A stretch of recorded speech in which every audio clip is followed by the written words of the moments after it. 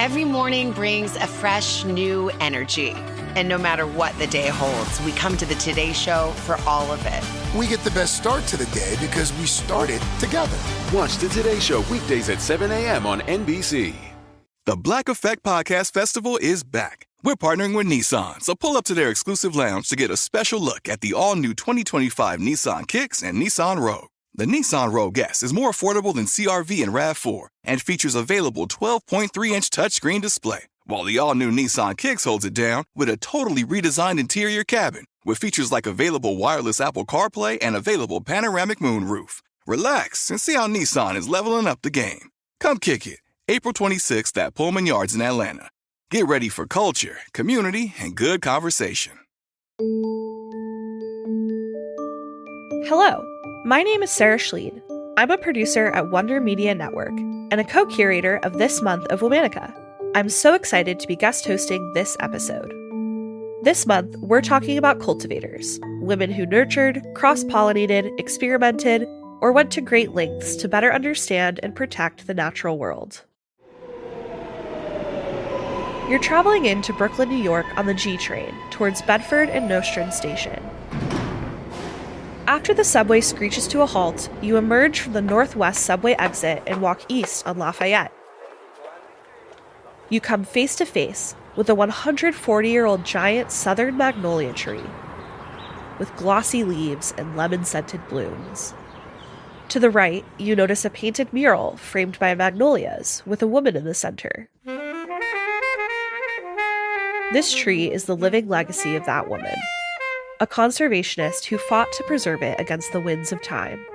Please welcome today's Womanican, Hattie Carthan. Hattie was born in Virginia in 1900. Her family moved to Brooklyn, New York in 1928, where she would later become a beloved community leader and environmental steward. In 1953, Hattie settled in Bedford-Stuyvesant, or Bed-Stuy, a historically African-American neighborhood of Brooklyn known for its beautiful brownstones and musical legends.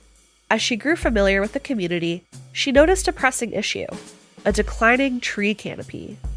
Bed-Stuy was a victim of redlining, a discriminatory practice that denied certain neighborhood services based on the race or ethnicity of residents.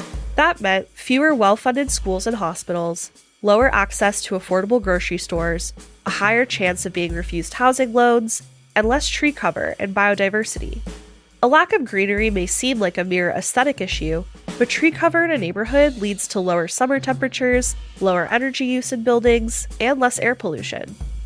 Hattie quickly recognized the importance of green spaces in improving both the environment and the well-being of residents.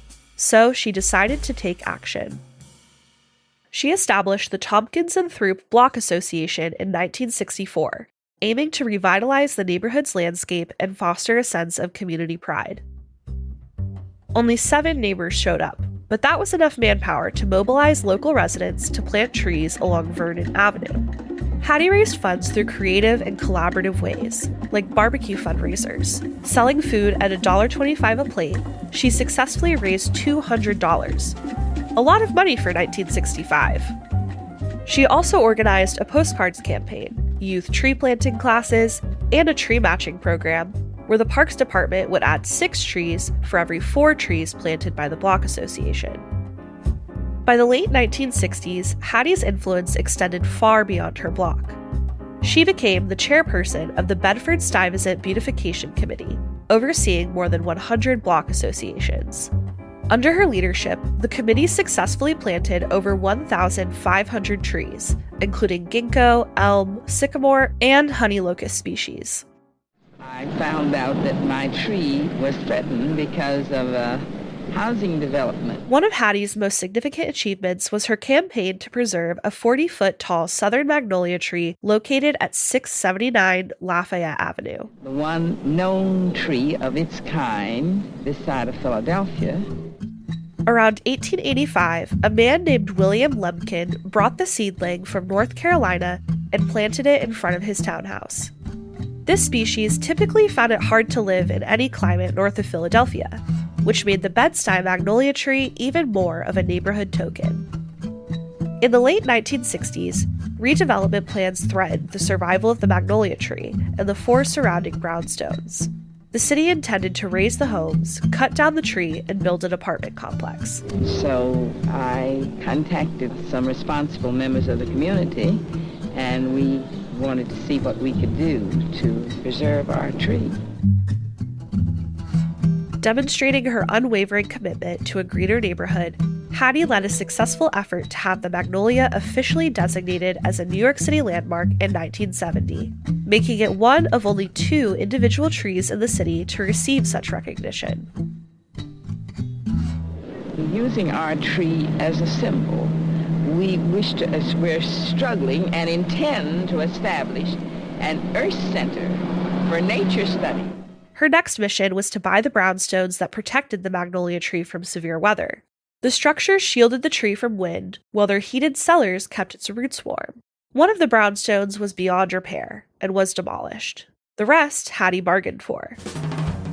Hattie went to the Board of Estimate, who gave her an original offer of $25,000. But she negotiated. She said, they considered it again and told me I could have them for $7,000. I told them, that's just fine. I didn't have $25,000, and I don't have $7,000. Don't sock us, I said.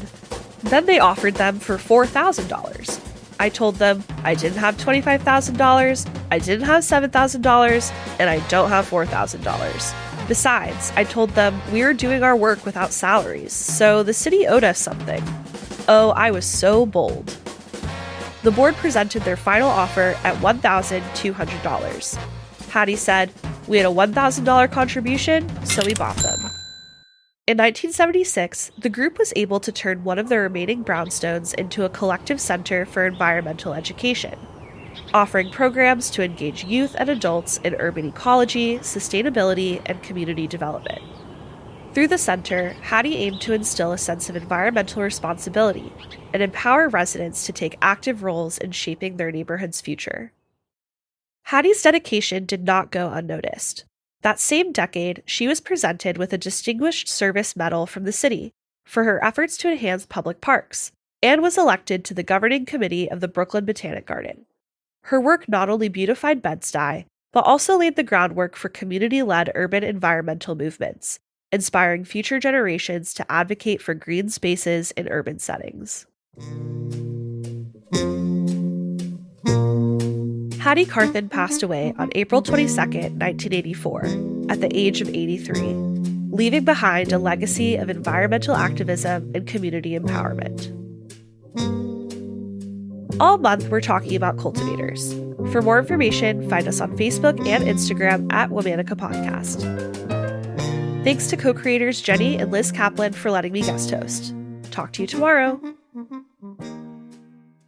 Did you know that parents rank financial literacy as the #1 most difficult life skill to teach? Meet Greenlight, the debit card and money app for families. With Greenlight, you can send money to kids quickly, set up chores, automate allowance, and keep an eye on what your kids are spending with real-time notifications. Kids learn to earn, save, and spend wisely. And parents can rest easy knowing their kids are learning about money with guardrails in place. Try Greenlight risk-free today at greenlight.com/iHeart. Lights, camera, innovation.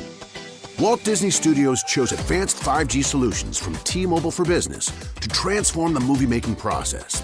Together, we kept a remote production hub in Hawaii and sync with a team in California to bring Lilo and Stitch to theaters this summer. This is picture-perfect collaboration. This is Walt Disney Studios with T-Mobile for Business. Take your business further at T-Mobile.com/now.